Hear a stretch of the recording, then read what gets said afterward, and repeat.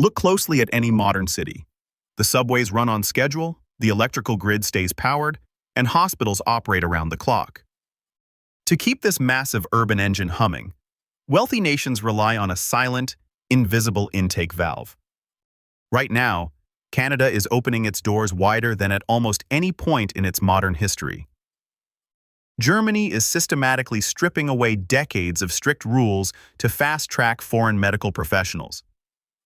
Even Japan, historically protective of its borders, is suddenly building new pipelines for overseas labor.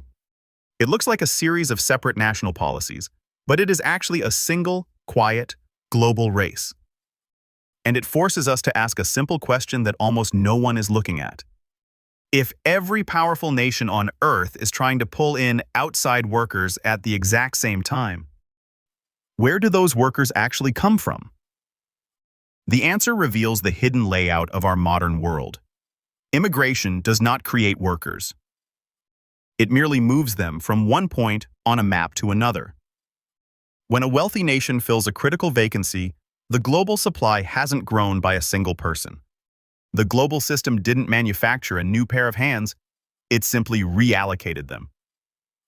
For a very long time, this arrangement worked reliably because it operated like water flowing naturally downhill.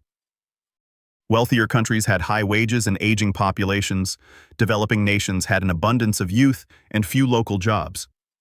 The talent flowed toward the capital, and the pipeline seemed completely bottomless. But that bottomless reservoir was never just a direct pipeline. It was actually a delicate, hidden chain. To see how it works, look at how Europe has kept its hospitals staffed for decades. When Germany ran short of medical staff, it recruited heavily from the hospitals of Poland. But that left Polish hospitals facing their own sudden critical vacancies. To fill the gap, the search simply moved to the next country in the chain, drawing professionals from Ukraine. When those vacancies multiplied, the pattern repeated even farther east, pulling talent from parts of Central Asia.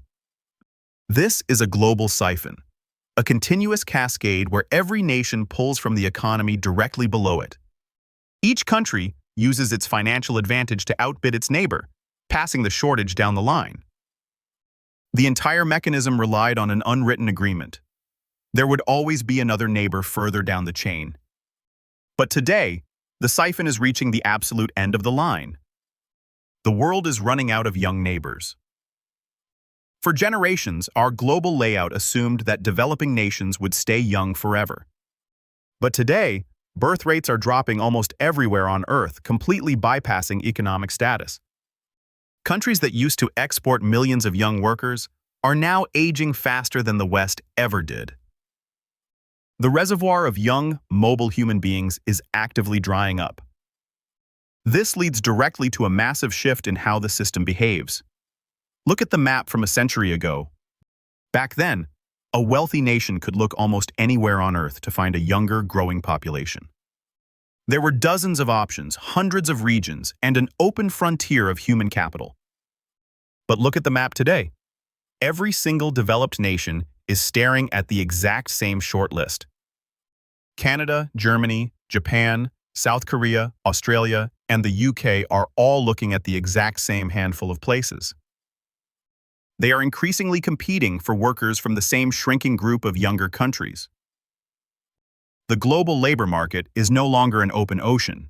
It has narrowed into a highly contested pool. Because of this, the primary question for these wealthy societies has completely inverted. The question is no longer, how many immigrants should we choose to let in? They are entering an intense competition for the very last generation of mobile human labor. To see this machine in motion, follow a single specialized nurse living in a developing hub today. 15 years ago, she would have waited in line for years for a single chance to move abroad. Today, her phone lights up with active, competing offers from across the globe. Canada offers an immediate path to permanent residency and subsidized housing benefits. Before she can sign, an agency from the United Kingdom counters by waiving all upfront visa fees. Suddenly, Australia steps in, offering a higher starting salary and a better lifestyle package. This is no longer a standard migration process. It is a direct talent acquisition play by competing states. The water is no longer flowing calmly downhill. Nations are using massive economic pumps to pull it up. But notice what happens when the nurse accepts the offer from Toronto. This exposes a deeper structural reality. Moving workers creates moving shortages. Toronto celebrates its new medical staff, but back in her home city, a critical hospital bed loses its caregiver. The vacancy hasn't been resolved by human ingenuity. It has simply been vacuumed away to a wealthier place. This is the physical reality of the system. You cannot fix a lack of people with a change of address. When we look at the numbers, we often forget that civilization is a physical structure that requires ongoing maintenance. If you pull the younger generation out of an emerging economy, the local infrastructure begins to tilt.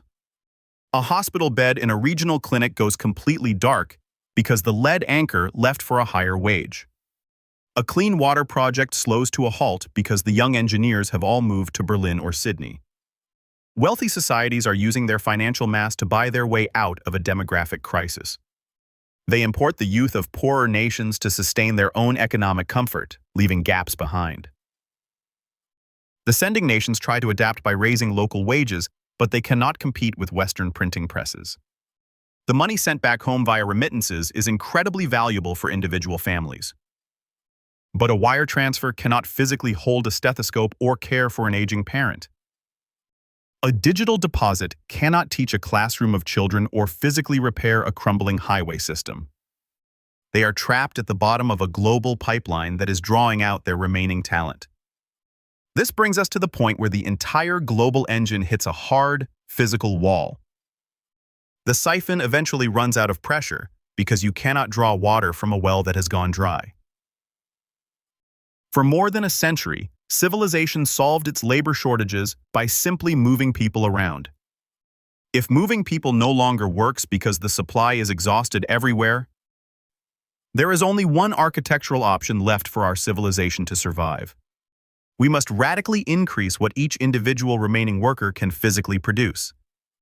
And that is exactly why automation, robotics, and artificial intelligence suddenly matter so much right now. This technology is not an accident, a trend, or a random breakthrough by Silicon Valley. It is a systemic reflex, the defense mechanism of a civilization that is running out of humans. If you can no longer import a clerk from across the ocean, you are forced to build an algorithm. If you cannot find a driver to move your cargo, you must automate the vehicle. The engine of the modern world is changing its fuel source entirely, moving from muscle to code. This was never really a story about the domestic politics of immigration or border security. It was a story about an invisible global promise that kept our entire economic architecture alive. The promise that somewhere out there, another country would always have the youth we lacked.